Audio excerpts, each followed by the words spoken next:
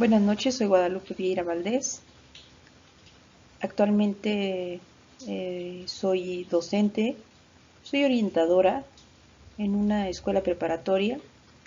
Le comento esto porque durante esta exposición sobre este debate, creo que es un punto complicado, ya que, bueno, conforme vaya avanzando las diapositivas, se dará cuenta de a lo mejor de lo importante que ha sido para mí y por qué fue que envié mi anterior trabajo acerca de la teoría cognitiva conductual, pero también el psicoanálisis, porque haciendo como esta comparación mm, por mi trabajo, sin embargo, eh, con la corriente que yo trabajo, dando terapia fuera de mi escuela, claro, es psicoanalítica.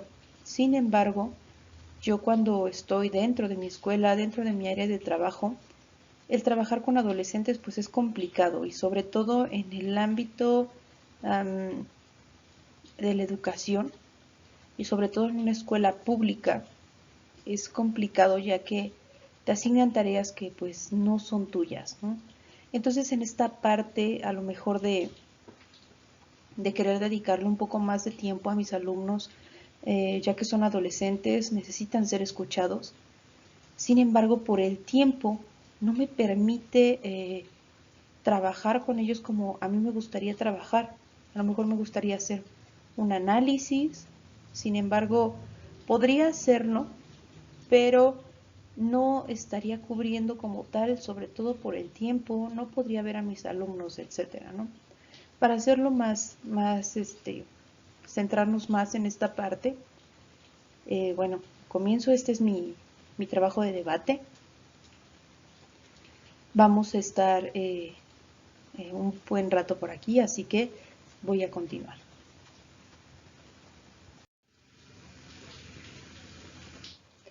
A manera muy breve de introducción, podemos decir que si nosotros pensáramos actualmente en el psicoanálisis, podríamos responder con base en diferentes corrientes de pensamiento.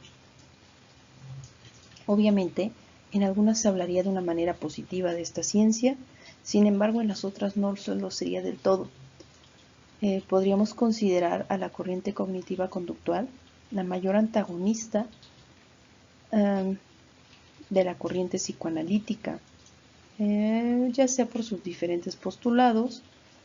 Por un lado, ambas tienen algo en común, que es el ser humano y las condiciones propias de él, como la conducta, las relaciones, el cómo el individuo se relaciona dentro de una sociedad misma que es el resultado del constructo y la evolución de varias generaciones. Justamente voy a esto a lo que me refería en la primera diapositiva, es que eh,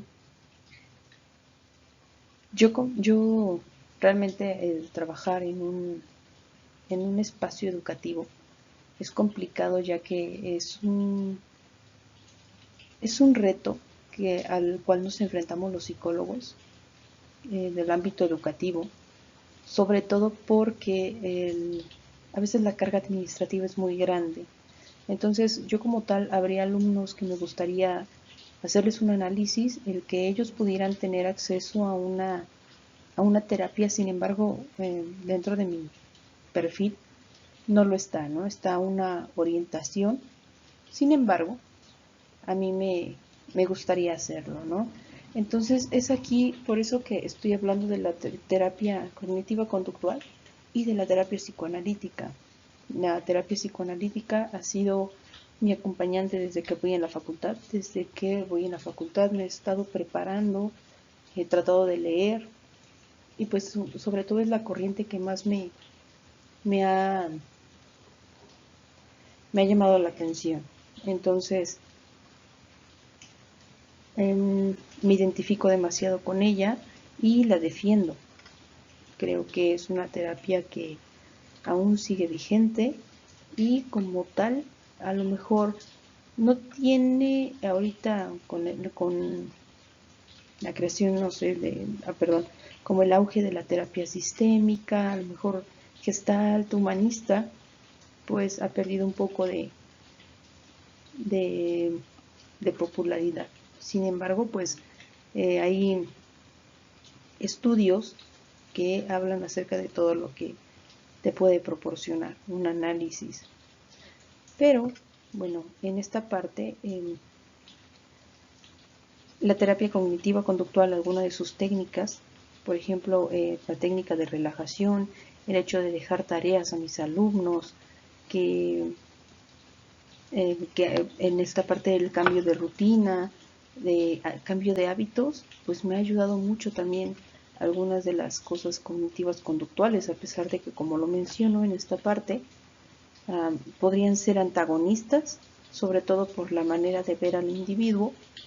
Bueno, ya no hablamos de una terapia cognitiva conductual tan ortodoxa, sino que pues ya hablamos de algo más actual, y pues ya no se ve al paciente o al sujeto como un objeto, ¿no?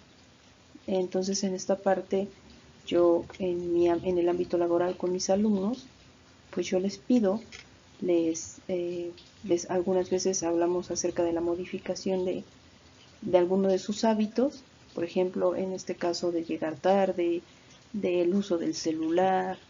Entonces, como tener estos límites, ¿no? Hablar a veces con los padres de familia, el cómo establecer límites, pues también me ha ayudado mucho la terapia cognitiva conductual. Al fin y al cabo, pues lo que busco es en sí que mis alumnos estén bien. Me gustaría comenzar haciendo una pregunta. ¿Qué es la psicoterapia? La psicoterapia, en el 2010, Gómez la definió como un tratamiento de colaboración basado en la relación entre una persona y el psicólogo. Como su base fundamental está el diálogo, y es el que proporciona un ambiente de apoyo que le permite hablar abiertamente con alguien de manera objetiva, neutral e imparcial. Debemos hacer sentir cómodos a nuestros pacientes. Nosotros, como estudiosos del comportamiento, debemos de dar esa apertura para que las personas que acuden a nosotros puedan tener la confianza y se sientan cómodas. Si nosotros comenzáramos con una línea del tiempo a hablar acerca de la psicoterapia, tendríamos que empezar con con la corriente psicoanalítica, ya que esta fue la que sentó las bases, en primera para la psicología como ciencia, en segunda pues en la creación del psicoanálisis como una corriente de la psicología muy importante. De ella se desplegaron y salieron varias ramas. Sin embargo, esta fue la que sentó las bases. Como tal y como principal representante, como lo tenemos aquí representado en la pantalla, tomamos en cuenta al médico Sigmund Freud, el cual fue el principal pionero, bueno, fue el pionero de, de todas estas ciencias, o de todas estas ramas, mejor dicho. Estamos hablando de hace más de 100 años, por lo cual la psicología no es una ciencia antigua, es una ciencia nueva, se desprende de la medicina y de la filosofía. Sin embargo, pues ahorita lo que nosotros trataremos de hacer es hablar de la psicoterapia como tal y cómo es que ésta tiene sus raíces y cómo es que funciona en esta rama. Todo comienza cuando Sigmund Freud, médico, se empieza a dar cuenta que las personas, que principalmente mujeres, tienen algún padecimiento, pero ese padecimiento no tiene una, una explicación biológica. Entonces él lo empieza a investigar. Después de todo esto se da cuenta que no es precisamente físico, sino que es mental. Es por eso que se da el término de histeria y neurosis. Es muy importante recuperar esta parte de la histeria, ya que estamos hablando de la hipnosis. Sigmund Freud no fue el primero en utilizarla, sin embargo, fue una herramienta que él estuvo utilizando, fue una técnica que utilizó y que pudo dar paso a todo lo que él empieza a hablar posteriormente. Sigmund Freud crea una parte de su teoría, habla acerca del funcionamiento de los pensamientos, de la psique como tal. Y entonces crea su primera tópica freudiana, que habla acerca del consciente, inconsciente y subconsciente. Sin embargo, para esta parte solamente tomaremos en cuenta la dos, que es el consciente y el inconsciente. El consciente, que es lo que tenemos presente, que nos habla acerca del principio de la realidad, y el inconsciente, que habla acerca del principio del placer. Posteriormente, en su segunda tópica, Sigmund Freud empieza a explicar el funcionamiento de ello, de estas mismas, y cómo hay cosas tal vez dentro de su primera tópica. Y entonces hablamos del ello, yo y del super yo. El ello habla acerca de todos los instintos, de un principio del placer. Él lo llama que es oscuro y tiene bases en lo antiguo, es arcaico. El yo, que es el sentido común, que también está en el sentido de la realidad, está en el presente, y el super yo, que podríamos plasmarlo en la moral dentro de una sociedad, de lo que nos divide del bien y del mal. Entonces el super yo va a ser aquel que nos empiece a hacer un poco castigador, que tengamos a lo mejor un ángel y acá un diablito, se podría representar de esa manera. Entonces,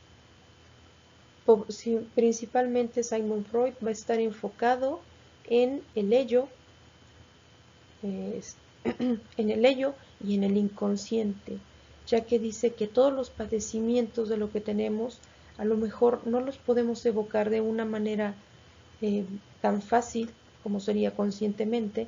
Sin embargo, están en el inconsciente, y para entrar al inconsciente pues hay que mover otro tipo de, de cosas. Entonces no va a ser tan fácil entrar a esta parte de la psique. Posteriormente, con toda esta fundamentación, pues empiezan a haber otros psicólogos que están interesados precisamente por el psicoanálisis. Obviamente ellos empiezan a dar sus explicaciones, hay en algunas cosas que no coinciden y se separan. Entonces podemos encontrar varios tipos de psicoanálisis, como el psicoanálisis ortodoxo, postfreudiano, etcétera, etcétera, con Anna Freud, con Melanie Klein, con Adler, con Jung, etcétera, Lacan. Entonces todos estos psicólogos empiezan a crear algunas técnicas.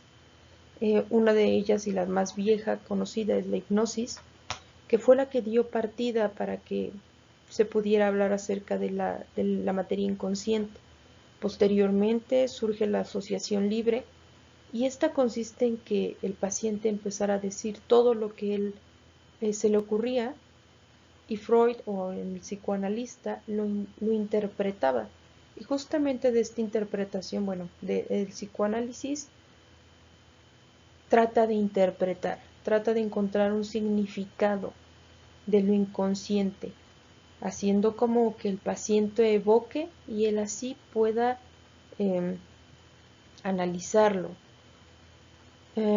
Una de las técnicas también muy importantes en la cual se habla, pues es la interpretación de los sueños, del material onírico, latente y no latente, para precisamente, pues a ver, Freud dice que dentro de una de las mejores manifestaciones del inconsciente es con la materia onírica.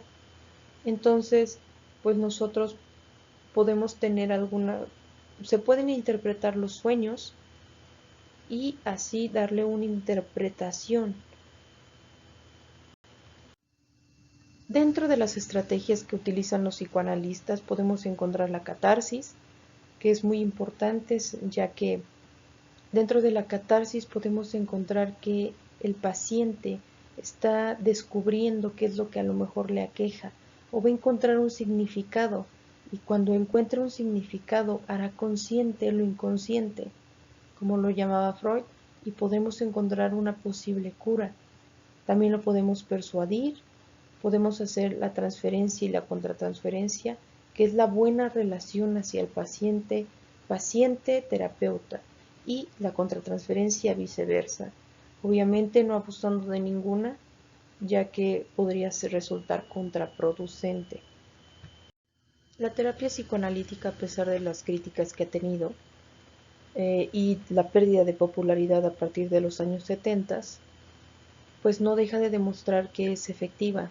Sin embargo, que sea efectiva no significa que sea corta y no significa que la terapia psicoanalítica sea para todas las personas, ya que la terapia psicoanalítica exige mucha constancia, mucho compromiso por parte del paciente y sobre todo que esté consciente de que los cambios no se van a dar a partir de cinco terapias, sino al contrario.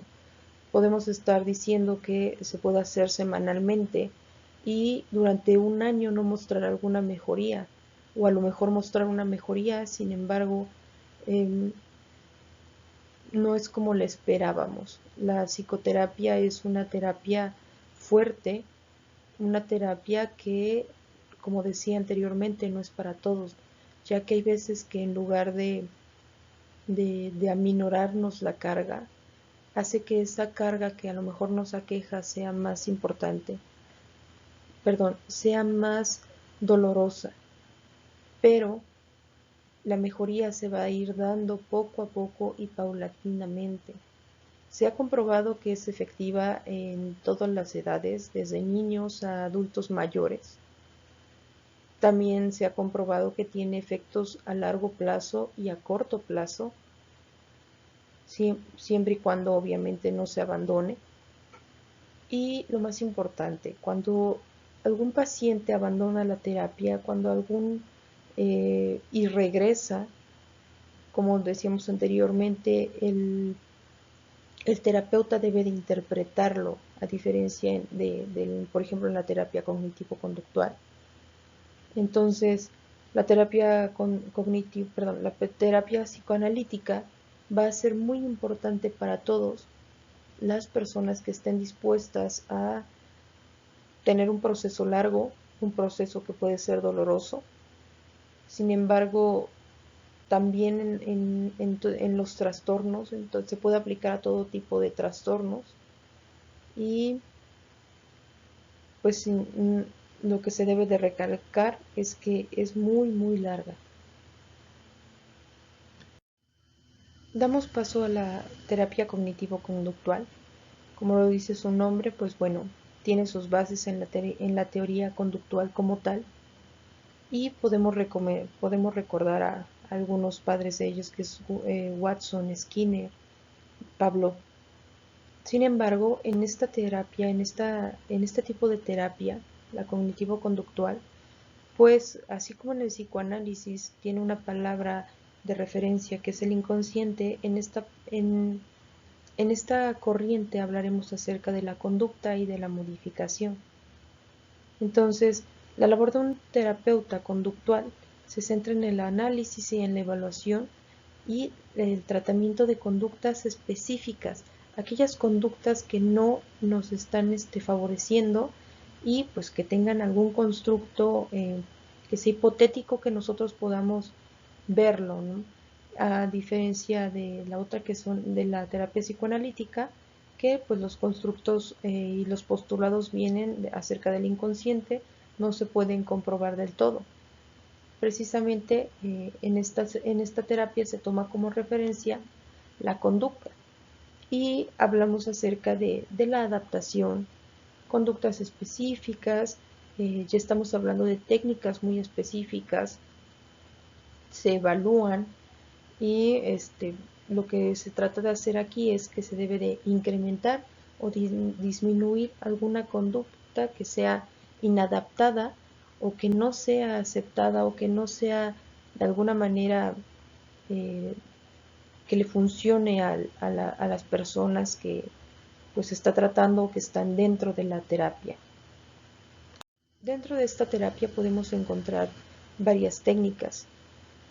Son muchas realmente, y pues mencionaré las principales, como por ejemplo la desensibilización sistemática, que es una de las principales, ya que si recordamos estamos hablando de estímulos, respuesta, etcétera. Entonces la desensibilización sistemática lo que procura es que se exponga paulatinamente al paciente, al cliente, a a un estímulo que le cause estrés o ansiedad, para que después él lo relacione con otra, que relacione que no pasa nada y que el estrés, en lugar de incrementar, disminuya. También está el moldeamiento de conductas, el encadenamiento, el reforzamiento negativo, que estamos hablando a lo mejor de la primera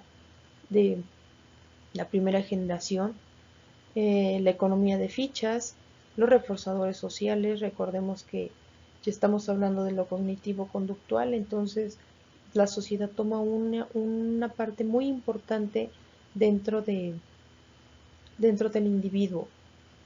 Eh, y pues por último la reestructuración cognitiva, y pues estamos hablando de los pensamientos aquí.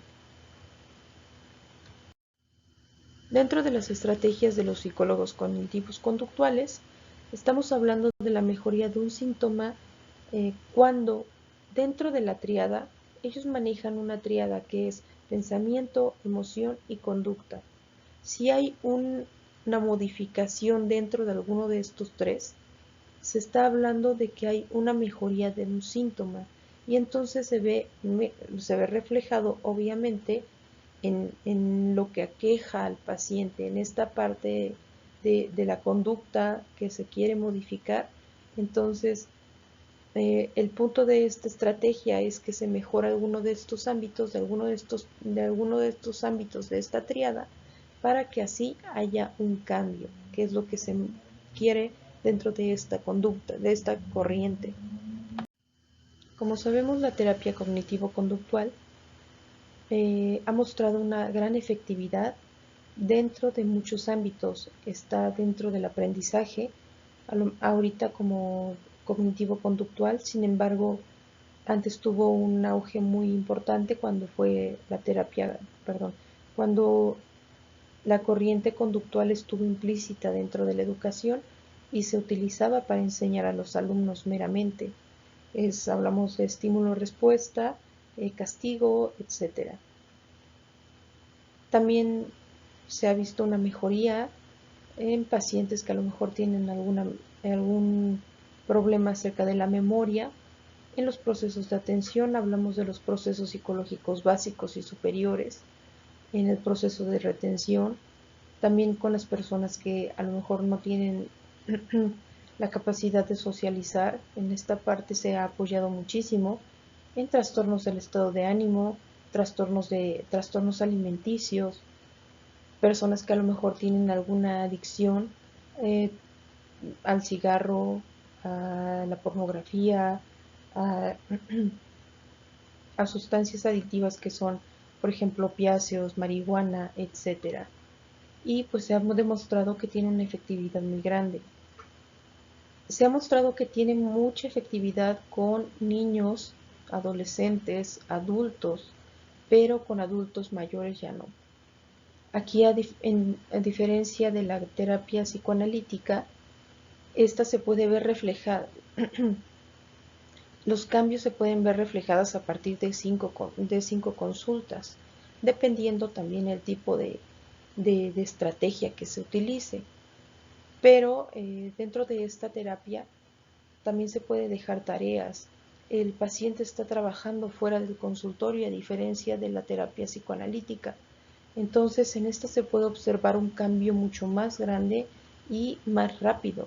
Sin embargo, los cambios que se dan a largo plazo sí pueden variar un poco, ya que si se abandona esta terapia, los cambios no van a ser tan, eh, no sé, más duraderos a corto plazo y a largo plazo. ¿Por qué? Porque se pueden estar olvidando. Tampoco hay que mencionar que con los adultos mayores pues no no es muy efectiva como tal, a diferencia del psicoanálisis.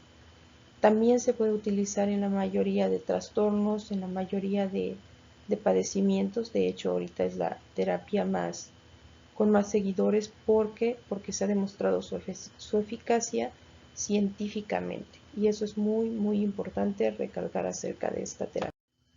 Y como conclusión podemos decir que las terapias son, la terapia conductual y la terapia psicoanalítica son terapias muy diferentes. Sin embargo, tienen algo en común, que es la mejoría de la vida de los seres humanos, teniendo como herramienta principal, pues la palabra.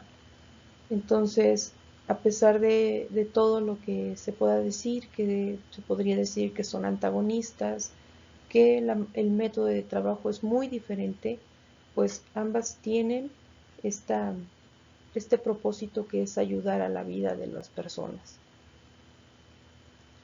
Como manera de recomendación y conclusión, dependiendo de la corriente que pues, trabajemos como psicoterapeutas, es muy importante hacer el énfasis al paciente de en qué consiste nuestra terapia, si es viable para él o ella, y sobre todo pues explicarle la duración, hacer un encuadre muy minucioso acerca de nuestra corriente, para que así el paciente esté en todo su derecho de aceptarla o rechazarla y considerar cuál sería mejor para él. Con esto me despido y les doy las gracias por escucharme.